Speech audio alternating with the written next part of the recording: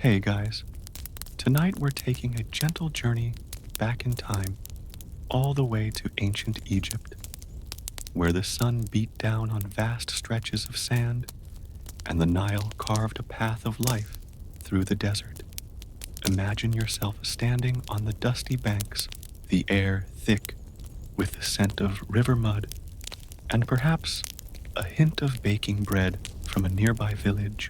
You might spot a felucca with its triangular sail gliding gracefully downstream, or a group of children splashing in the shallows, their laughter echoing across the water. It's a world utterly alien to our own, yet strangely familiar in its rhythms of daily life.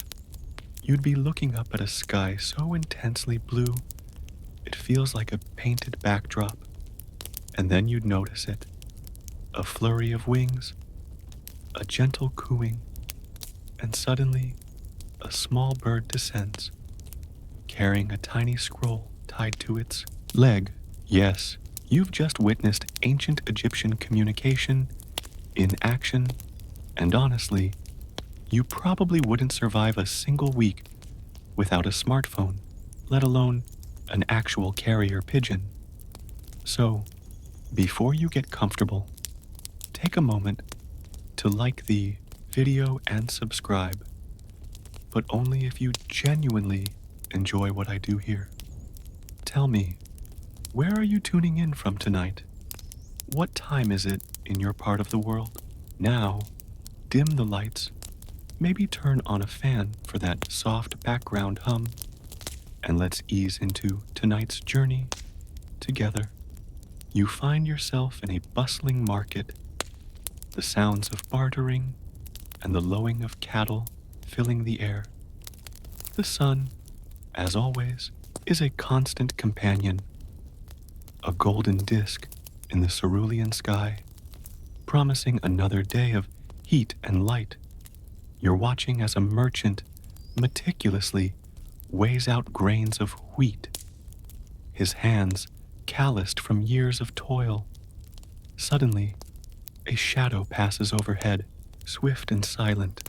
You look up, squinting, and there it is again, a pigeon, circling once, twice, before settling on the roof of a nearby mud brick dwelling. It's not just any bird. You can see the faint glint of something metallic around its leg. This, you soon learn, is not just a bird for plucking or for a modest meal. This is a vital link in a surprisingly sophisticated communication network. The Egyptians, you discover, were masters of observation, keenly aware of the natural world around them, and this extended to the remarkable homing instincts of certain birds. They didn't invent the concept of bird communication, not entirely, but they certainly perfected it for their own unique needs. Think about it. No internet, no telegraph, not even a reliable road system for swift human messengers across vast stretches of desert. What do? You turn to nature. The pigeon, with its innate ability to find its way back to its loft, became an invaluable asset. It wasn't just about sending a simple hello. These birds carried messages of trade, military intelligence, and even, some historians suggest, personal letters between lovers or distant family members. Imagine the anticipation, the hushed excitement, as a pigeon arrived, perhaps carrying news of a successful harvest or the outcome of a battle. The speed was unparalleled for the time, transforming weeks of travel by foot or donkey into mere hours. You might wonder, how did they train them? Well, it wasn't a quick process. Young pigeons would be taken from their nests and gradually introduced to different locations, always ensuring they knew the way back home. It was a painstaking method of conditioning, building on their natural instincts. It's a bit like trying to teach your cat to fetch. only with significantly higher stakes and much more patience required.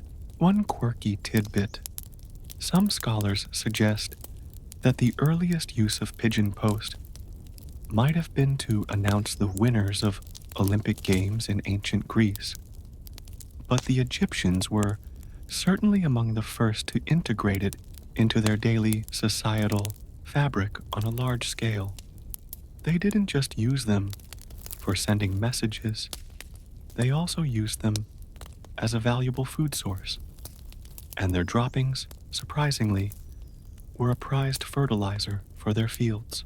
So, a multi-purpose bird, truly. You might be standing by the river, watching the papyrus swaying gently in the breeze, and observe a scribe carefully rolling a small, thin piece of papyrus, barely larger than your thumb. He ties it securely to a pigeon's leg with a delicate thread. The message, perhaps, is about the changing water levels of the Nile, crucial information for farmers and tax collectors alike. Or maybe it's an urgent plea for help from a distant outpost. The stakes were often high. You realize that this wasn't just a casual hobby, it was a well-organized system, possibly even managed by specific state departments. Historians still argue whether there was a formal, widespread pigeon postal service akin to our modern systems, or if it was more ad hoc, used by individuals and specific government entities as needed. What is clear is that the Egyptians understood the power of rapid communication and leveraged the natural world to achieve it. You can almost feel the quiet hum of activity, the soft cooing from the pigeon lofts, and the gentle flutter of wings as another message takes flight, soaring above the palm trees and heading towards its destination, a silent, feathered arrow of information. It's a wonderfully tranquil thought, isn't it? A simpler time where communication was literally in the hands or wings of nature. As the sun begins its slow descent, painting the western sky in hues of orange and purple, you find yourself easing into the rhythm of ancient Egyptian daily life. It wasn't all monumental pyramids and grand temples, you realize, but a surprisingly grounded existence for most.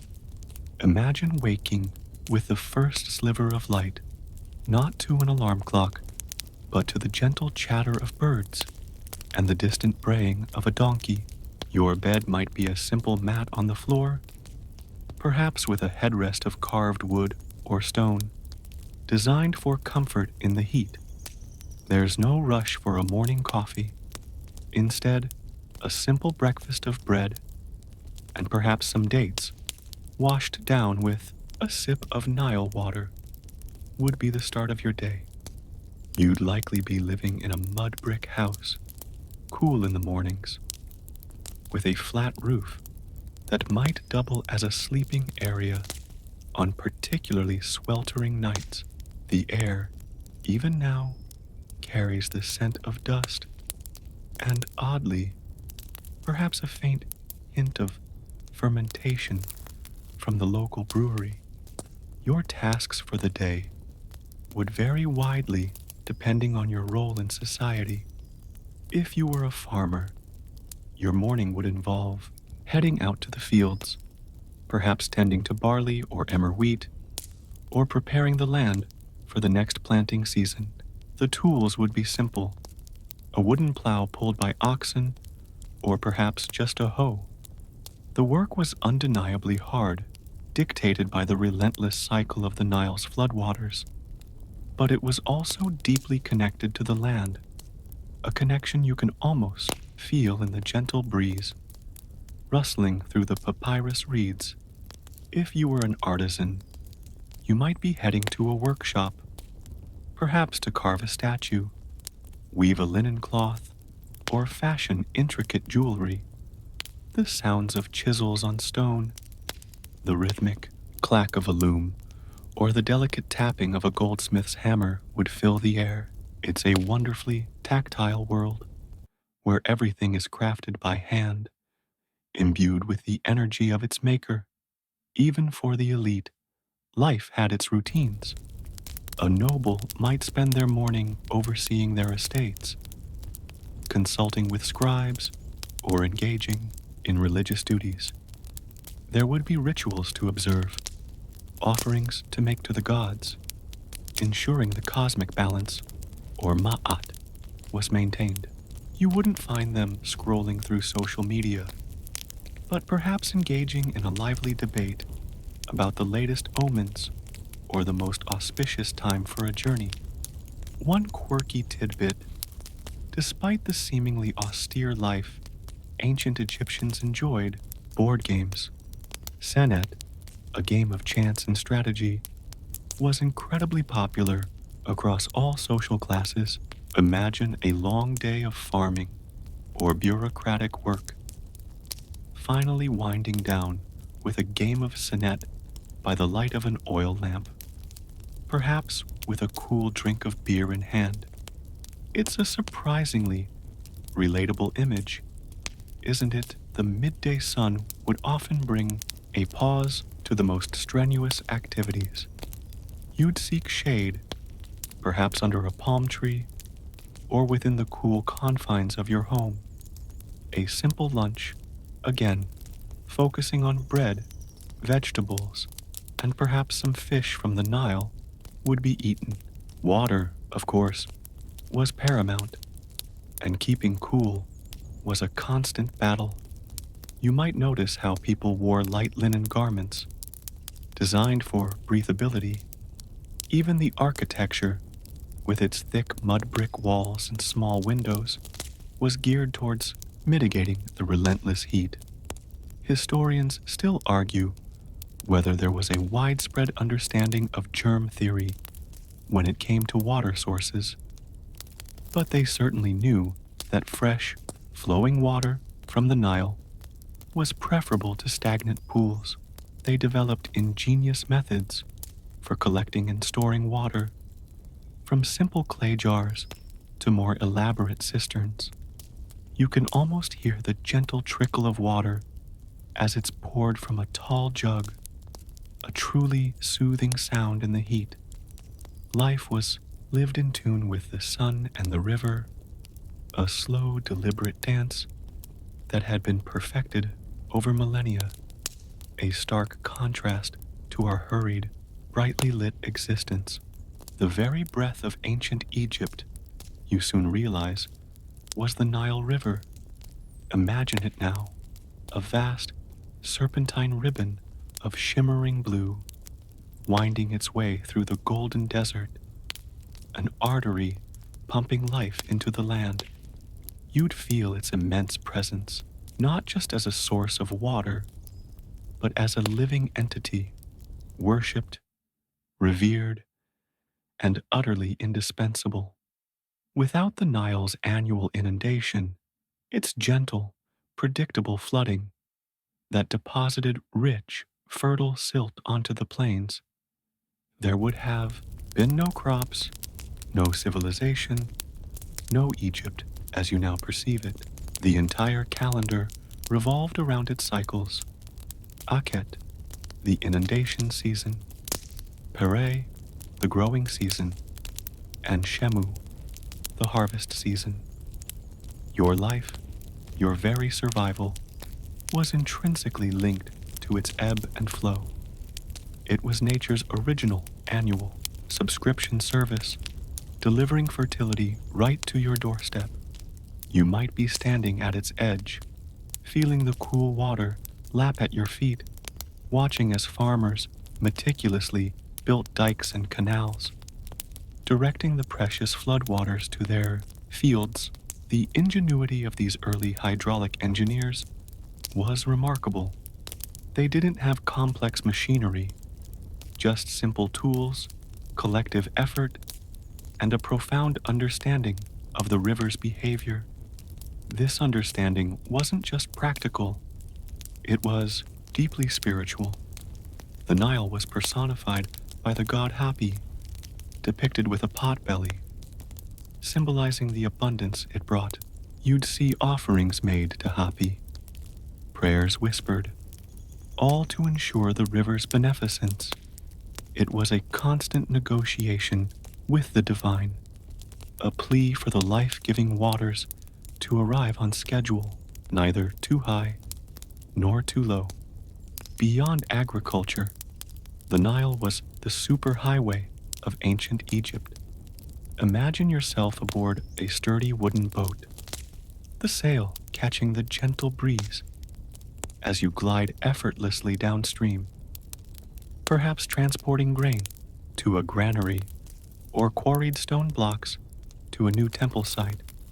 Upstream travel was more arduous, requiring sails to be furled and oars to be brought out, or sometimes simply relying on ropes pulled by teams of laborers along the banks.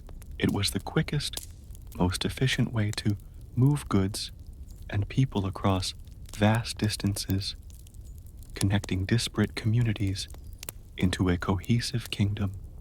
One quirky tidbit: the Egyptians even believed that the Nile flowed through the underworld and that the deceased would sail on it in their journey to the afterlife. So, it was not just a physical river, but a spiritual pathway as well. The Nile also provided food in abundance. You might observe fishermen casting their nets, hauling in baskets, overflowing with tilapia or perch. The reeds along its banks provided papyrus for writing and mud for bricks to build homes and even monuments. Every aspect of daily existence, from the food on your plate to the very structure of your home, was a gift from the river. Historians still argue whether the precise timing of the Nile's flood was more crucial than its volume for a successful harvest, but they agree that any deviation from the norm could spell disaster.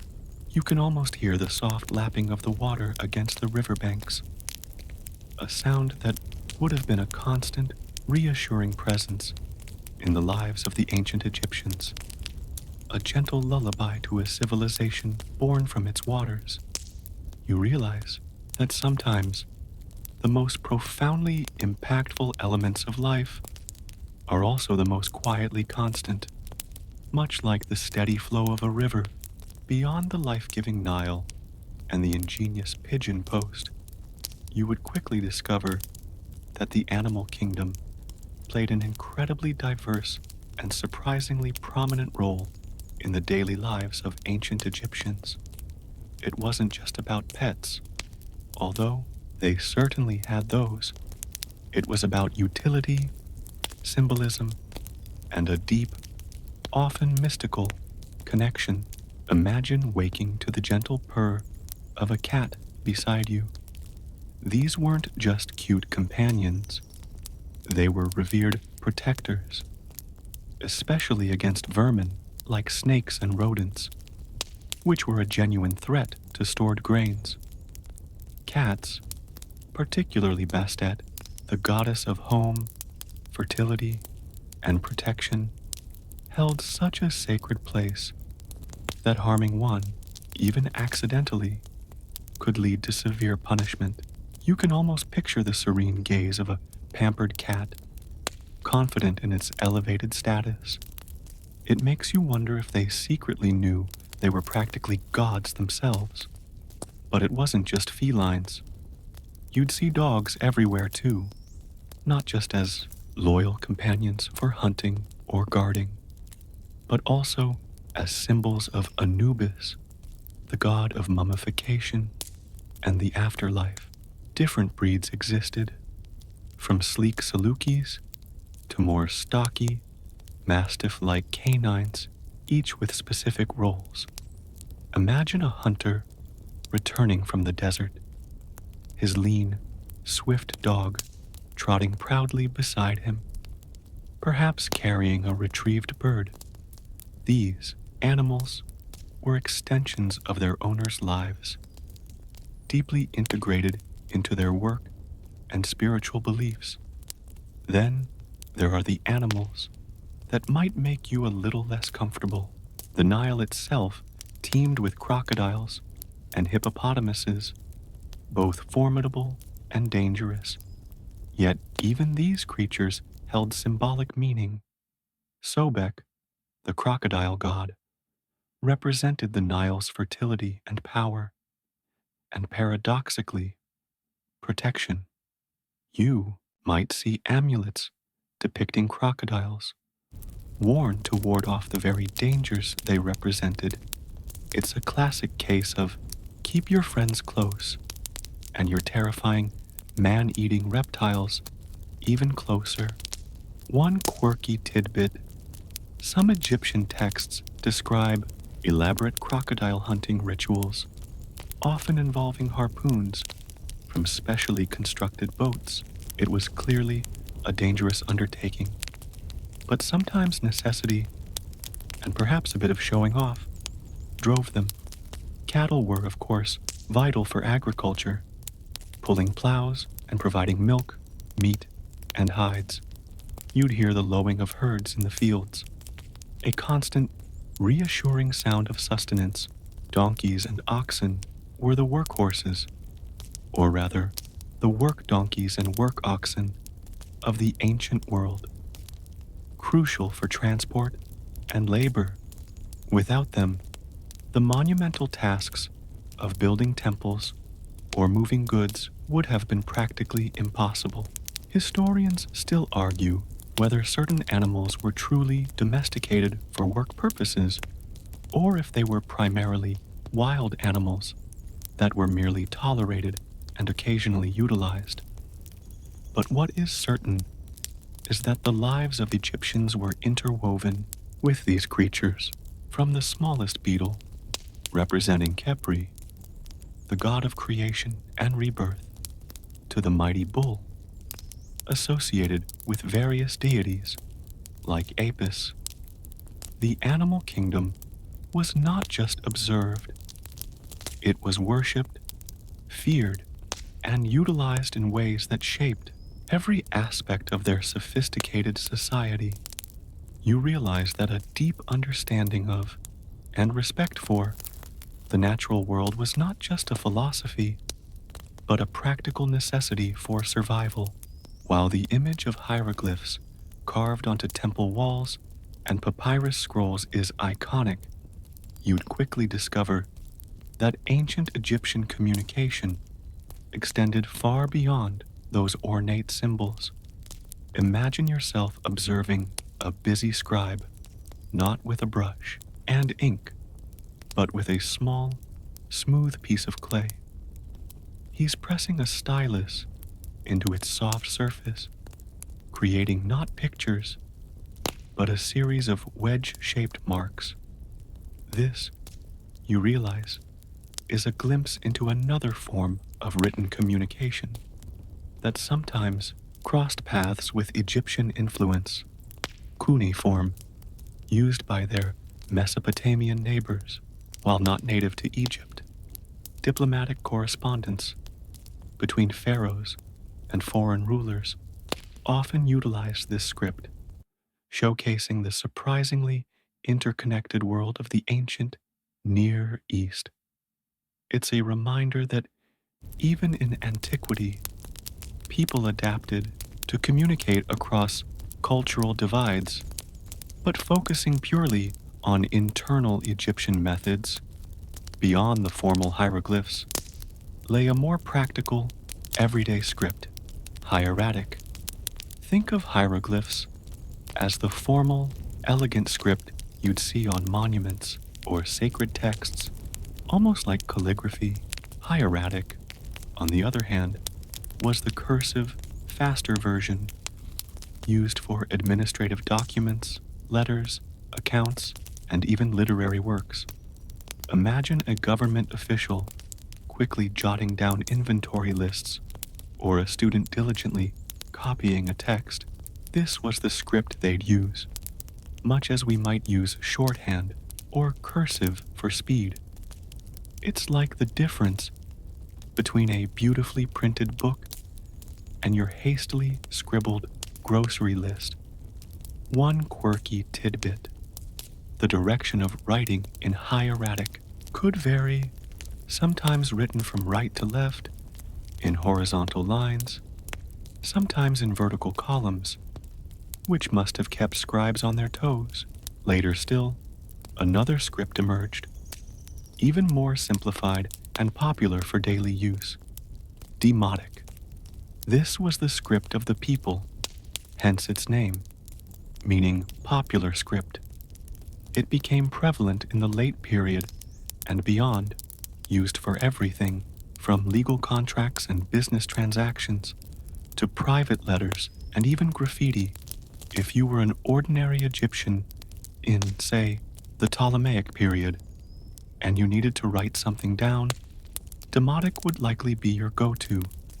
It was a clear evolution towards practicality and speed, reflecting the increasing pace of daily life and administration. You can almost hear the scratch of the reed pen on the papyrus as someone quickly pens a note about a transaction. Beyond formal writing, you'd find a wealth of other communication methods. Imagine someone drawing a simple pictograph on a shard of pottery, an ostrakhan, perhaps to keep a tally of workers or to send a quick, informal message. These ostraca were the ancient equivalent of sticky notes or scrap paper, plentiful and cheap. You'd also observe oral traditions, storytelling, and formal speeches playing a huge role in transmitting knowledge and culture. News, legends, and laws were often passed down by word of mouth, recited in marketplaces, or told around evening fires.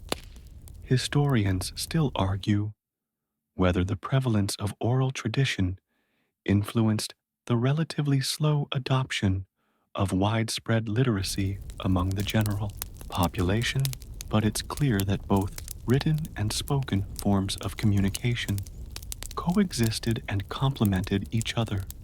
You realize that communication wasn't just about reading and writing, it was a multifaceted tapestry woven from symbols, sounds, and shared understanding, each thread vital to the fabric of their ancient world.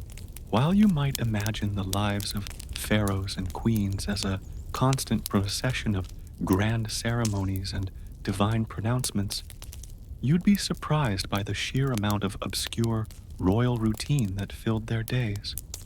Beyond the public display of power, there was a meticulous, almost bureaucratic rhythm to their existence. Imagine a pharaoh waking not to a fanfare, but to a retinue of attendants quietly preparing their morning ablutions. No hitting the snooze button on an ancient Egyptian alarm clock.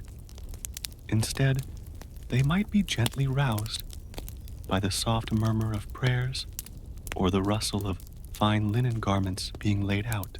Their breakfast, though undoubtedly more lavish than yours, would still involve the staples of bread, fruit, and perhaps a specially prepared porridge, all served with a quiet precision. Their mornings would often begin with religious duties. You might observe the pharaoh, dressed in ceremonial attire, participating in daily rituals in a private temple within the palace complex. These weren't mere symbolic gestures.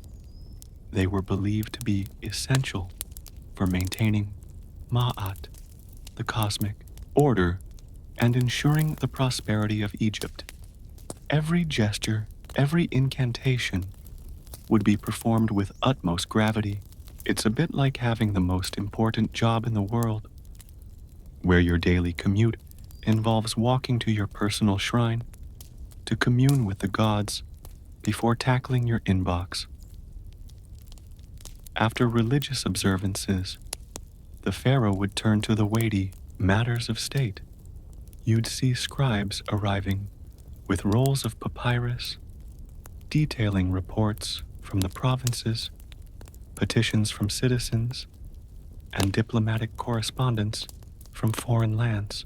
Decisions on trade, military campaigns, and construction projects would be made, often after extensive consultation with viziers and high officials.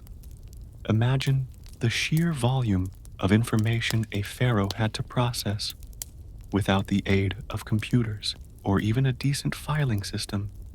One quirky tidbit: some texts suggest that pharaohs had designated dream interpreters who would analyze their nocturnal visions for omens or divine messages, adding another layer to their decision making process. Evenings might involve more formal banquets and entertainment, but there was also time for private study and leisure. Pharaohs were often well educated, with access to extensive libraries and scholarly texts. You might picture them poring over astronomical charts or discussing philosophical concepts with trusted advisors. Historians still argue whether some pharaohs were truly hands-on in the day-to-day administration or relied heavily on their viziers. But it's clear that the sheer breadth of responsibilities meant their lives were far from idle. You realize that even at the pinnacle of ancient power, routine and administrative duties were as much a part of life as divine decree, a fascinating blend of the sacred and the remarkably mundane. The whispers of court intrigue, the quiet footsteps of servants, the rustle of official documents, these were the unseen sounds of royalty. Now, let's turn our attention to the very foundation of ancient Egyptian society, their farming and foodways. Imagine the distinct smell of freshly tilled earth mixing with the dry desert air, a testament to the annual miracle of the Nile. Your daily sustenance revolved around a surprisingly simple yet incredibly effective agricultural system. The staple, the absolute king of crops, was barley and emmer wheat. These weren't just grains, they were the building blocks of their diet, providing the flour for their ubiquitous bread and the fermentable sugars for their equally ubiquitous beer. You'd see fields stretching as far as the eye could see, a verdant green against the golden backdrop of the desert, tended by farmers who had inherited agricultural knowledge passed down through countless generations. The process was meticulous. After the Nile receded, leaving behind its fertile black silt, farmers would sow their seeds, often by simply scattering them across the still damp ground. Then, flocks of sheep or goats might be driven across the fields to gently press the seeds into the soil with their hooves. It's an image of remarkable simplicity and efficiency, a method honed by centuries of observation and adaptation. You might even observe them employing a simple plow pulled by oxen to prepare the land for planting, the rhythmic creak of the wood a constant soundtrack to their labor.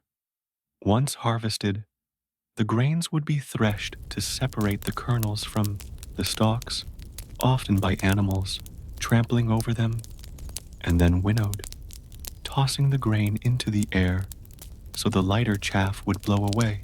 The prized kernels would then be ground into flour, usually with a hand mill, a laborious process that resulted in coarse flour, often containing bits of grit from the grinding stones.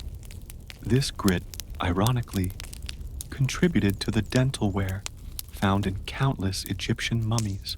One quirky tidbit: Despite the coarse flour, the Egyptians were quite inventive with their bread, producing various shapes and sizes, sometimes enriched with honey, fruit, or even herbs.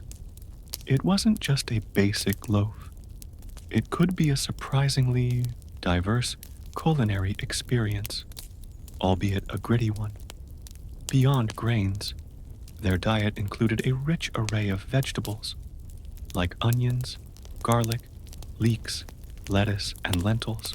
Fruits such as dates, figs, grapes, and pomegranates provided sweetness and variety.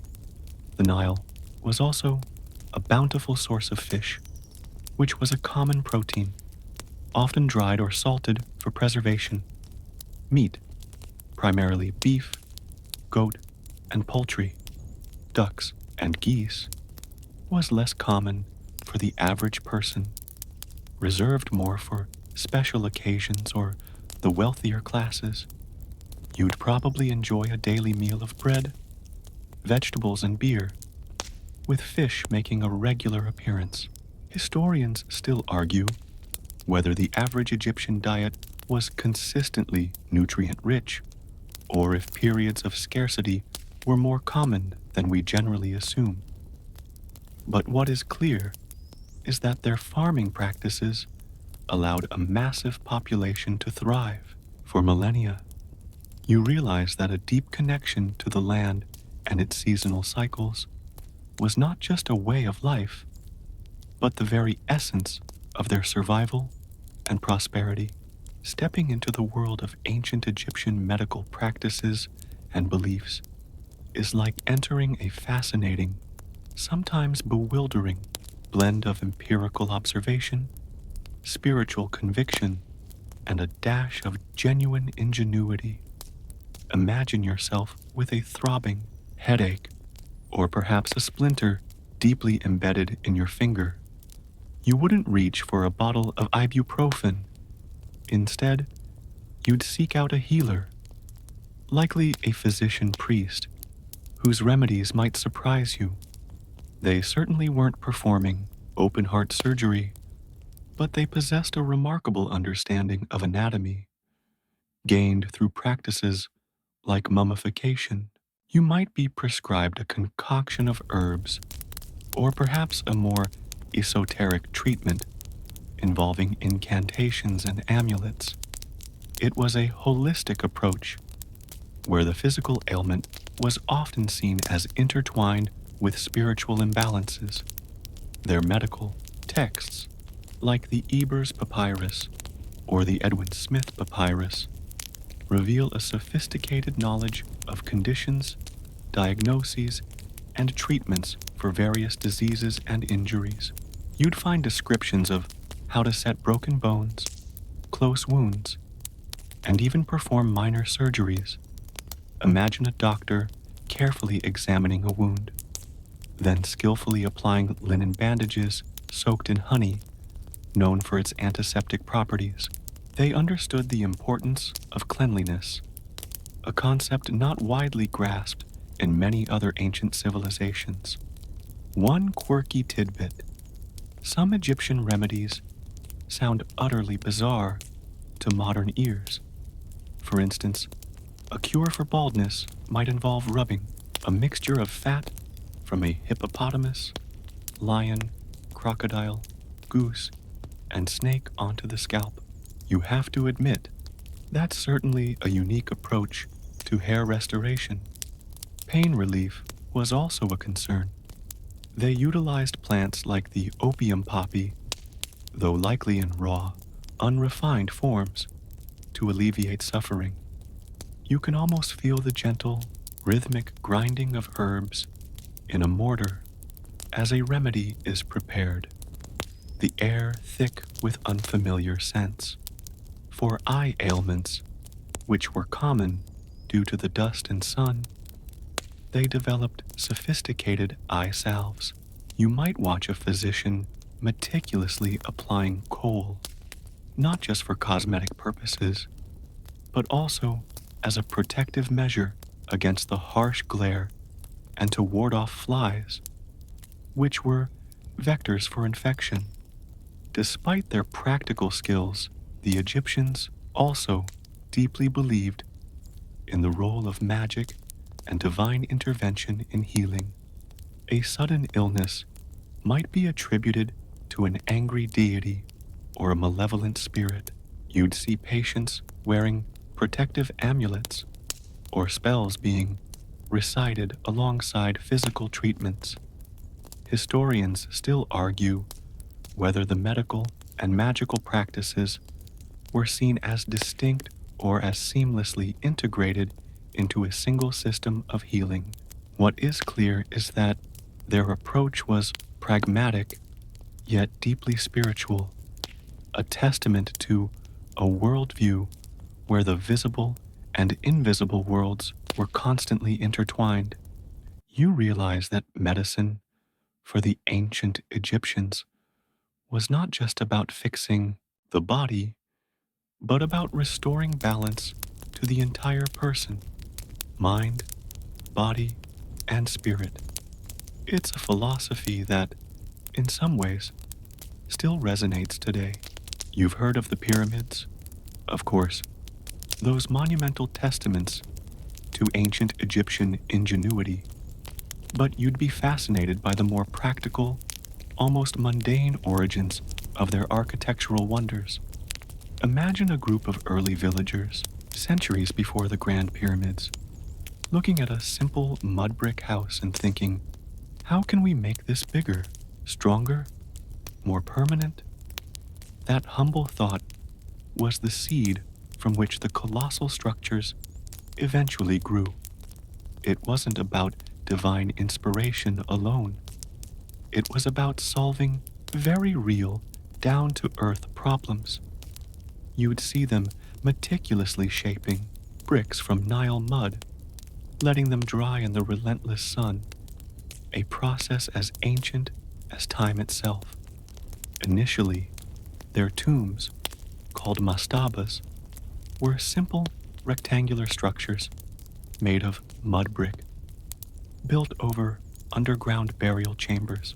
Imagine stacking one brick upon another, then another, creating a solid, protective mound. Then, someone had a truly innovative idea. What if you stacked smaller mastabas on top of larger ones, creating a stepped effect? This, you realize, was the birth of the step pyramid of Djoser, designed by the brilliant Imhotep. It wasn't just an aesthetic choice, it was an engineering breakthrough, pushing the boundaries of what could be built with the materials and knowledge available. You can almost feel the collective excitement as they saw this colossal new structure rising from the desert floor, a testament to their growing mastery over stone.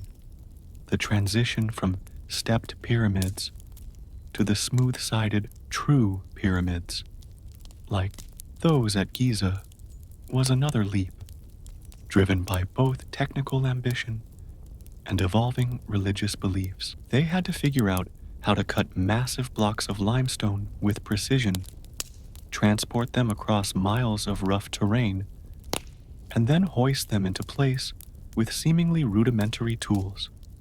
Imagine thousands of workers, not slaves in the typical sense, but skilled laborers and farmers, fulfilling their civic duty during the Nile's flood season, pulling immense stones on sledges, guided by skilled foremen.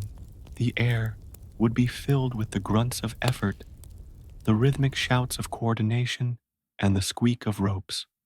One quirky tidbit: to move these massive stones, they may have occasionally lubricated the ground in front of the sledges with water, making the sand less resistive. It's an early example of engineering problem solving in action, long before physics classes existed. The precision of their alignment, often with astronomical bodies, is still a source of awe. You'd ponder how they managed such accurate orientations, without modern surveying equipment. It points to a profound understanding of mathematics and astronomy, developed not just for grand projects, but also for practical needs like calendar keeping and land measurement after the annual floods. Historians still argue whether the pyramid builders used ramps, spirals, or a combination of methods to lift the stones to such incredible heights. What is clear is that these structures weren't just monuments, they were massive public works, projects that organized society, provided employment, and solidified the power of the pharaoh.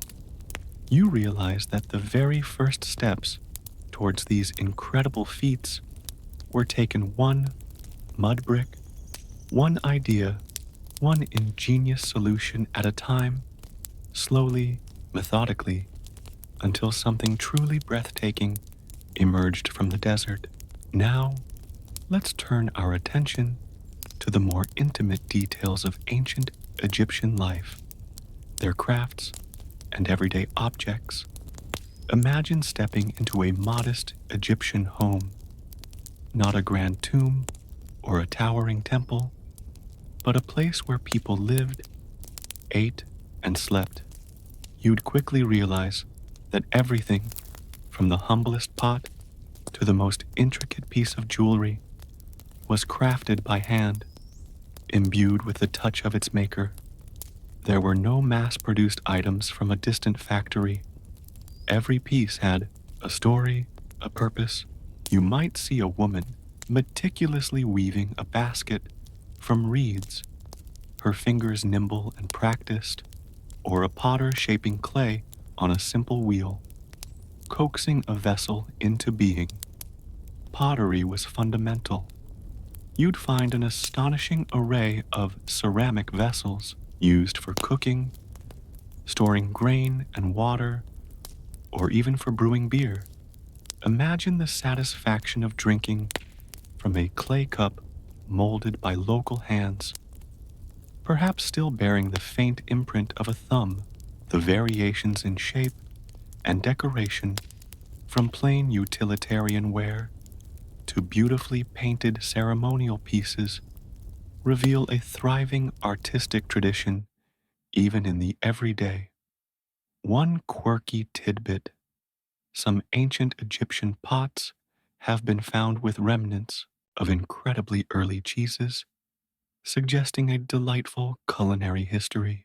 It seems even their ancient Tupperware had a dairy delight inside. Linen was another ubiquitous material. Imagine the soft rustle of linen garments as people moved about, or the smooth feel of a linen sheet. Made from flax, it was spun into thread and woven into fabrics of varying fineness, from coarse sacking to gossamer thin tunics worn by the elite. You'd observe women, and sometimes men, sitting at looms, their rhythmic movements creating the cloth that clothed virtually the entire population, from sails for boats to bandages for the injured. Linen was indispensable. Even seemingly simple items, like tools, were works of art in their own right. Imagine handling a polished stone axe head, surprisingly weighty and perfectly balanced, or a copper chisel, dulled by countless hours of shaping wood or stone. These weren't just implements, they were extensions of the craftsmen themselves. You'd also see beautifully crafted jewelry, even among the less wealthy, often made from faience, a glazed ceramic material, glass, or semi-precious stones. Bracelets, necklaces, and amulets weren't just adornments. They often carried symbolic meaning, offering protection or representing status. The attention to detail and artistry was remarkable, even in the mundane. Think of a simple wooden comb, intricately carved with a geometric pattern, or a small, alabaster coal pot, still retaining traces of the ancient eyeliner it once held. Historians still argue whether the widespread artistic skill was a result of formal training schools or a more informal apprenticeship system passed down through families. What is clear is that the ancient Egyptians surrounded themselves with objects of both utility and beauty, each one a small testament to their enduring creativity and the skilled hands that shaped their world. You realize that their homes, though lacking our modern conveniences, were filled with items that were truly made with care and purpose, a quiet beauty in the everyday. Even in a world defined by hard work and solemn rituals, the ancient Egyptians knew how to unwind. Let's delve into their surprising world of leisure and entertainment. Imagine the heat of the day beginning to wane, a gentle breeze rustling through the palm trees. You might find yourself drawn to the sounds of music, perhaps a simple lute or a harp, accompanied by the rhythmic beat of a drum. Music was integral to their lives, not just for ceremonies, but for pure enjoyment.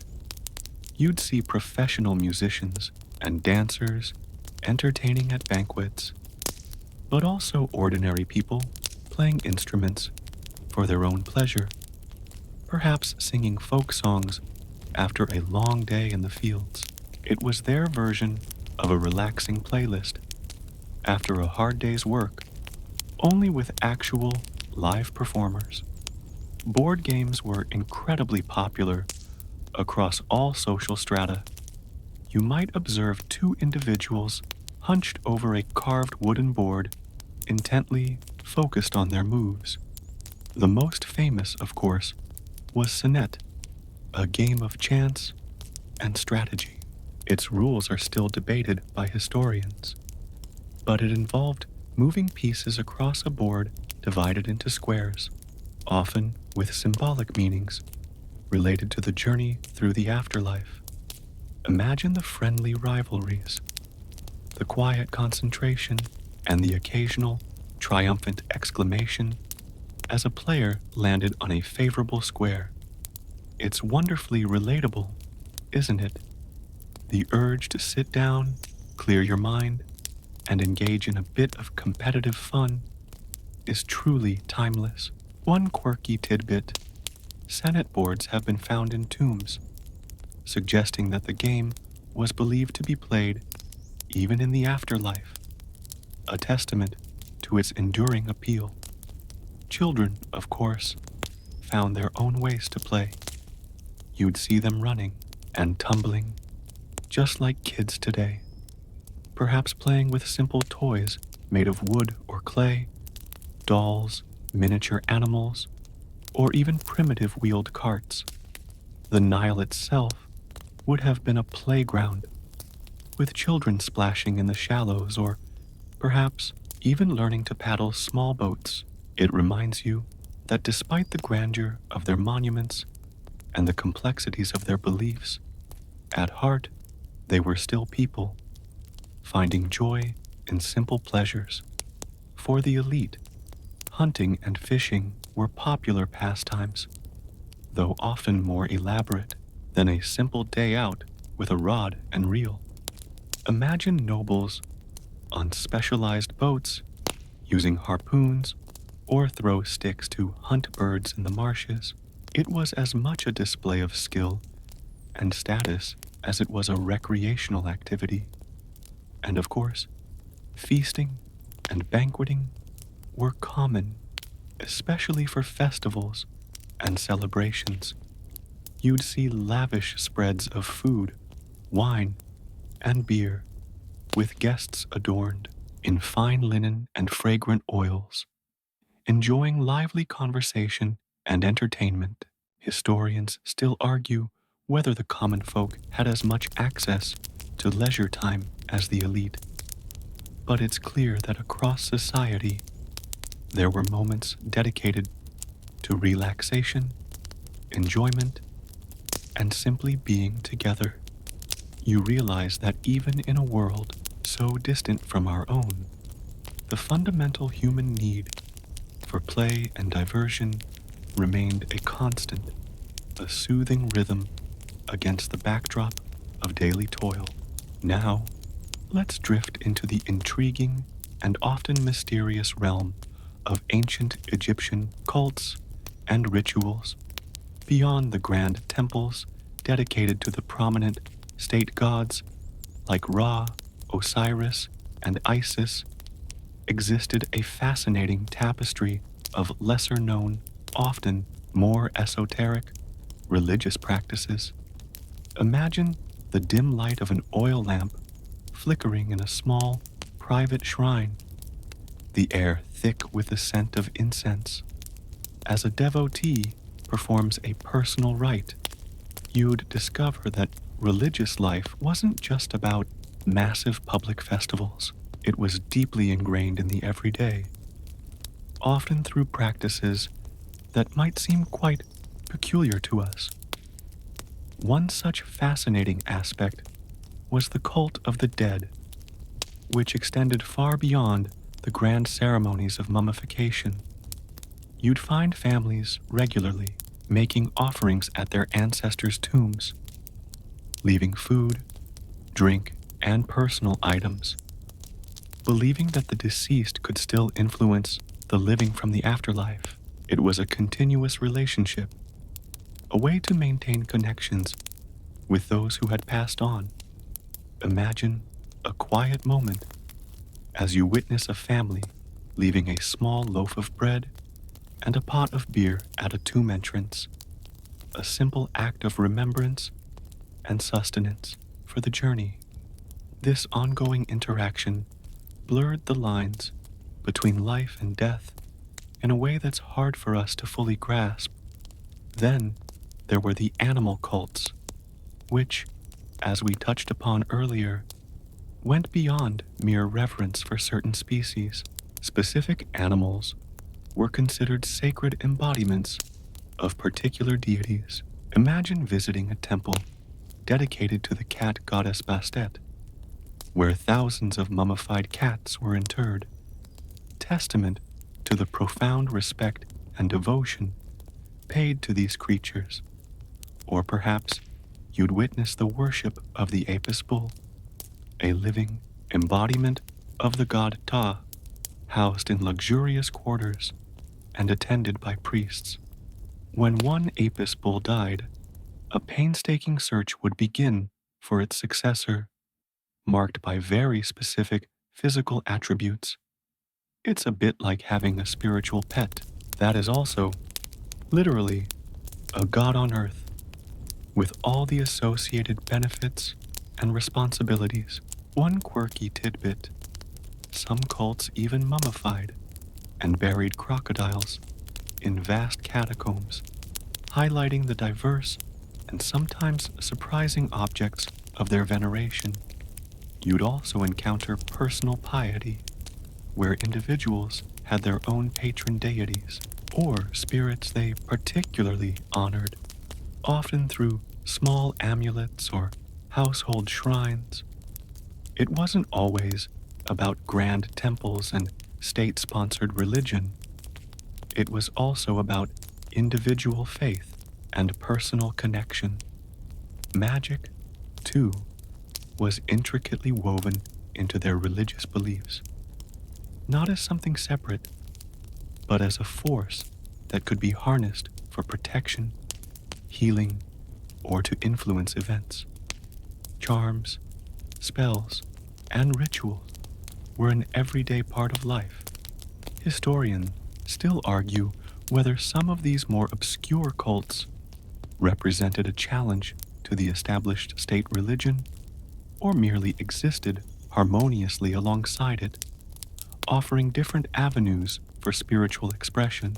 What is clear is that the religious landscape of ancient Egypt was incredibly rich and diverse, a complex interplay of public spectacle, private devotion, and a deep reverence for the unseen forces that shaped their world. you realize that their beliefs permeated every aspect of existence, a comforting, if sometimes curious, framework for understanding the universe. Beyond the self contained world of the Nile Valley, ancient Egypt was far from isolated. Let's explore their vibrant history of trade and foreign connections. Imagine the bustling port of Para-Rameses or Memphis, a symphony of different languages and a kaleidoscope of unfamiliar faces. You'd see ships arriving from distant lands, their holds laden with exotic goods, and caravans setting out into the desert, their camels heavy with Egyptian treasures. This wasn't just casual exchange, it was a sophisticated network of commerce and diplomacy that spanned thousands of miles, influencing cultures and economies across the ancient world. They didn't have a globalized economy in the modern sense, but they certainly had a thriving international one. Egypt's most coveted exports were gold, quarried from the deserts of Nubia, and grain, the bounty of the Nile. Imagine gold ornaments glinting in the sun, destined for the palaces of Mesopotamia, or ships brimming with Egyptian wheat, keeping distant populations fed. In return, they sought raw materials that were scarce or non existent in Egypt. Timber, particularly cedar from Lebanon, was vital for shipbuilding and construction. As Egypt had a few large trees of its own, you'd picture massive logs being floated down the coast, a truly impressive feat of logistics. They also imported copper from Cyprus, used for tools and weapons, and silver, which was rarer and often more valuable than gold in early Egyptian periods. Imagine the clinking sound of silver ingots being unloaded from a ship, a sign of wealth from afar. Exotic animals, spices, resins for incense and mummification, and semi-precious stones like lapis lazuli from Afghanistan also flowed into Egypt, enriching their material culture and religious practices. One quirky tidbit: the Egyptians had a particular fondness for frankincense and myrrh, importing large quantities from regions like Punt, likely modern-day Eritrea or Somalia, for religious rituals and perfumes. It seems they were early connoisseurs of fine fragrances. Diplomacy often went hand in hand with trade. You'd encounter envoys from the Hittite Empire, Babylon, Assyria, and the Mycenaean Greeks, all seeking alliances, trading privileges, or sometimes even Egyptian princesses in marriage. The Amarna letters, a collection of diplomatic correspondence written on clay tablets, provide a fascinating glimpse into these complex relationships, revealing a world of alliances, rivalries, and elaborate protocols. Historians still argue whether Egypt's foreign policy was primarily defensive, focused on securing its borders, or more expansionist, seeking to dominate its neighbors. But what is clear is that Egypt was a major player on the international stage, its power and resources making it a sought-after partner and a formidable rival. You realize that the ancient Egyptians were not just builders of pyramids, they were also master traders and diplomats, weaving a complex web of connections that shaped the destiny of the ancient world, echoing the interconnectedness we experience today.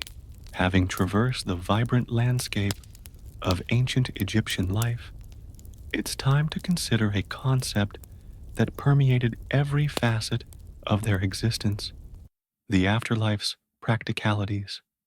For the Egyptians, death was not an end, but a transition, a journey to a parallel existence in the field of reeds. Imagine yourself preparing for a long voyage, meticulously packing everything you might need. That's precisely how the Egyptians approached death, but on a grander, more spiritual scale. It wasn't just about belief, it was about ensuring a comfortable and continuous existence in the spiritual realm. The most famous practical aspect, of course, was mummification. You'd be aware of the meticulous 70-day process, not just for pharaohs, but for anyone who could afford it.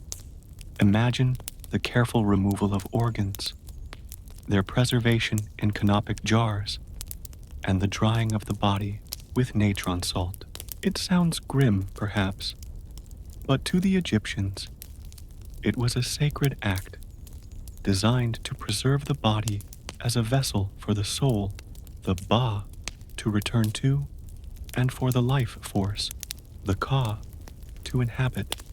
Without a preserved body, the journey to the afterlife was fraught with peril. It's a bit like ensuring your house is perfectly ready for your return, even if you're only gone for a spiritual sabbatical. Then there were the elaborate burial goods, an entire household's worth of necessities and luxuries for the deceased. You'd expect to find furniture, food, clothing, and even games, all designed to ensure the deceased wanted for nothing in the next life.